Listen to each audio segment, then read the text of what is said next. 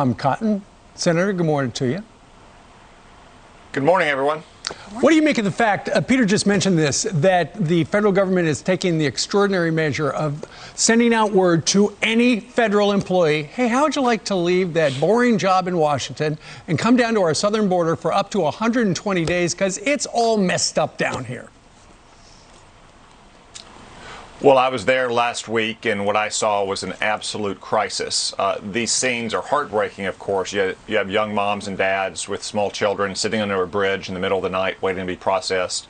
Inside some of these facilities, you have small children without even parents there who are sleeping right next to each other in large, I guess you might call them cages, guys. They've replaced the chain link fence with plastic plastic walls, but still they're packed in tight. But all of that, Steve, is addressing the symptoms, not the cause. Asking federal employees to deploy to the border, addressing the symptoms, not the cause. The cause is Joe Biden opening our border and saying anyone who comes here can get in, especially anyone who has a child under the age of 18. Well, guess what you get?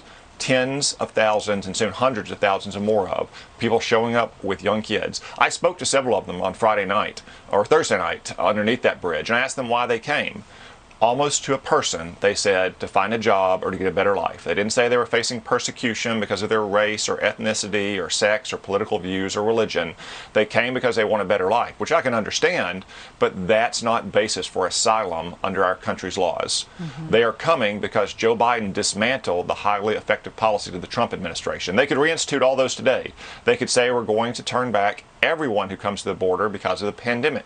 They could say you have to adjudicate your asylum claims in the first country you enter after you leave your country, most likely Guatemala. And if you get to our border, you have to remain in Mexico. All of those were highly effective policies, and not a single one resulted in kids or even adults being turned back into the Mexican desert, as Joe Biden and others in his administration have lied. They put them back on planes, they sent them home. And after you send them home on one plane and their neighbors and their countrymen see that, guess what?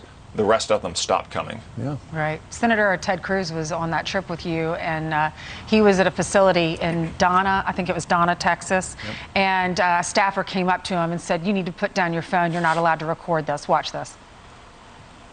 You don't want the pictures taken. The rules are arbitrary, and they're designed to keep the American people in the dark. Dignity and respect.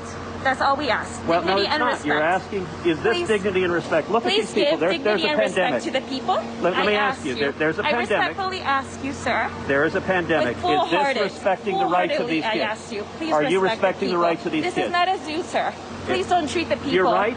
And this is a dangerous place. Please don't treat the people and your like policies, this. unfortunately, are trying to hide them. I understand you were instructed. When 18 senators came down here, please respect the people, give them dignity I and respect. respect them, and I want to fix this situation. We all want to fix the administration you're working for is responsible for these conditions. Senator, tell us what you experienced. What's going on in that video?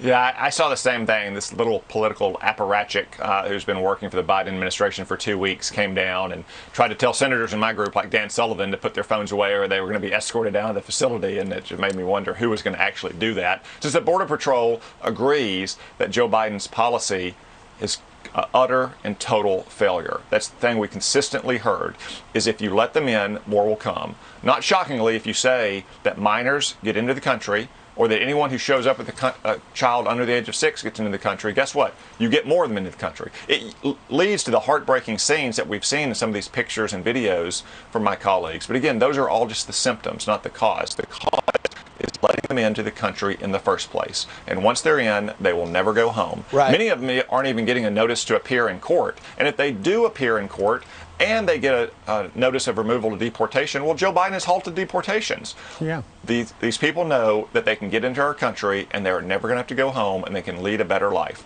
That is the ultimate failure of our immigration system. It could all be solved by simply saying, you cannot get in, do not come. If you do, we will send you home. You don't have a big heart when you say every unaccompanied minor gets to stay. I think you're not thinking this through, because if every kid comes, what about the kids that are here? We don't exactly have a social infrastructure right now overrun with cash. We're $27 trillion in debt. We have a lot of foster kids that need homes. We have a lot of kids that need to be adopted. Why are we taking in 4 different countries? And I'll bring something else up. They made two ridiculous statements. Joe Biden says he replaced a light on the city block and he stopped gangs in Central America. Remember that from Thursday. And then yesterday, Kate Bedingfield says we're going to put money into open up boys' clubs in these triangle countries. That's right. They're here because there are no boys' clubs. That's really going to make tremendous progress. Maybe we can play intramural basketball or tag. That will really stem this. So, I mean, some of the things they're saying are farcical and they're never pressed on them. Yeah, they are, Brian. And let's look at the facts as well. I mean, these countries like Guatemala and El Salvador and Honduras, look, they're not heaven on earth, but there are plenty of places in those countries that are safe. And you have a first duty if you want to seek asylum is to seek it within your own country, move to a safer part of your own country. And those countries as a whole have lower murder rates than some American cities like Baltimore. So these people who are claiming they want to come here and seek asylum have no basis under our law to seek asylum. Just because your country has some violence, just because it's poorer than the United States, doesn't give you a basis to come here. You have to be the victim of systematic persecution for things like your religious views or your political views or your race or your sex. Not a single one with whom I spoke claimed that the other night. They all were responding to Joe Biden and to his decisions to allow them in. And if we let them in, more will come by the hundreds of thousands. They're coming. And it's going to cost hardworking taxpayers billions of dollars. And it's going to put not just our border security at risk, it's going to put our national security at risk as well. That's absolutely right. All right, let's talk a little bit about your day job, aside from your trip last week down to Texas.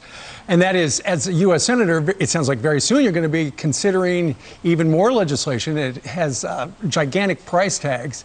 If you thought the $2 trillion economic stimulus for COVID was big, that just turns out to be an appetizer. It looks like, Senator, there could be a $3 trillion immigration bill. At least that's what Jen Psaki alluded to yesterday on Fox News Sunday. Watch this.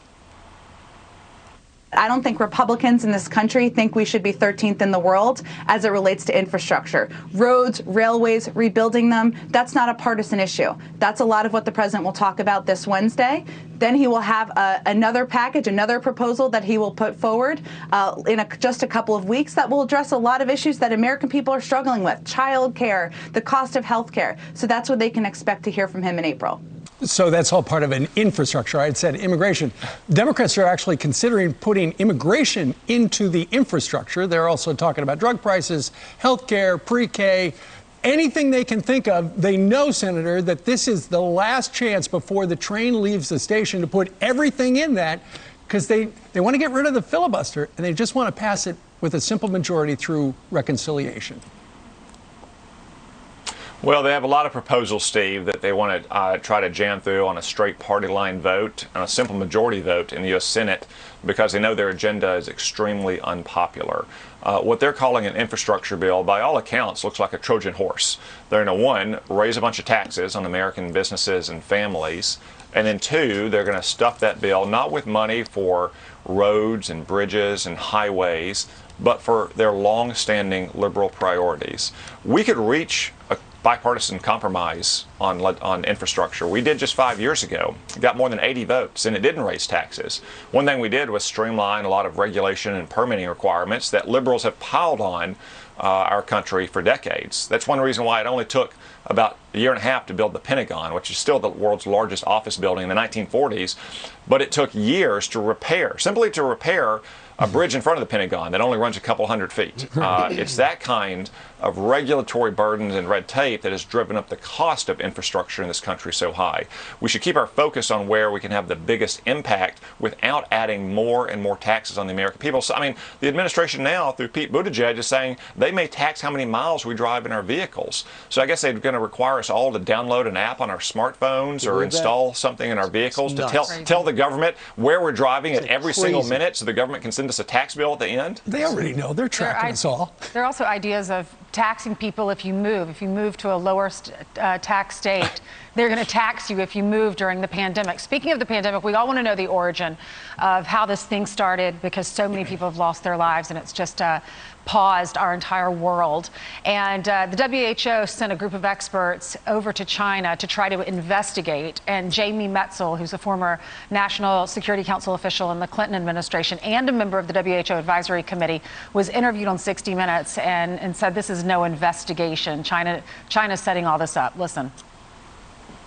Really call what's happened now an investigation. It's essentially a highly chaperoned, highly curated study tour. Everybody around the world is imagining this is some kind of full investigation.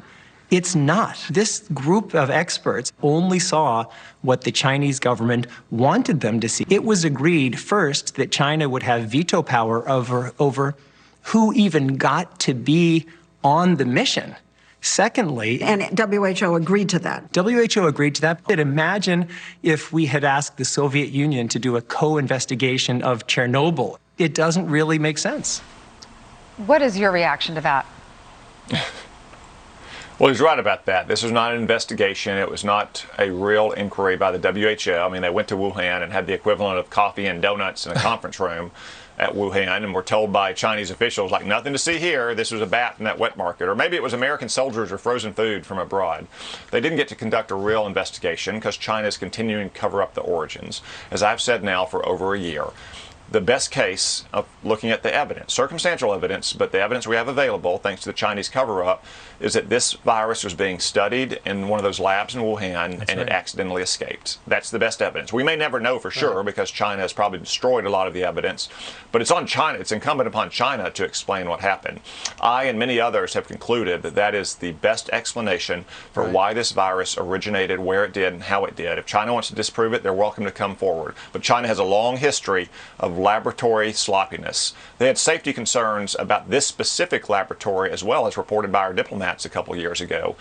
I think the best case is that this was an accidental leak from that lab in Wuhan, and China should be responsible for it. And there's nobody better we could be speaking to right now than you.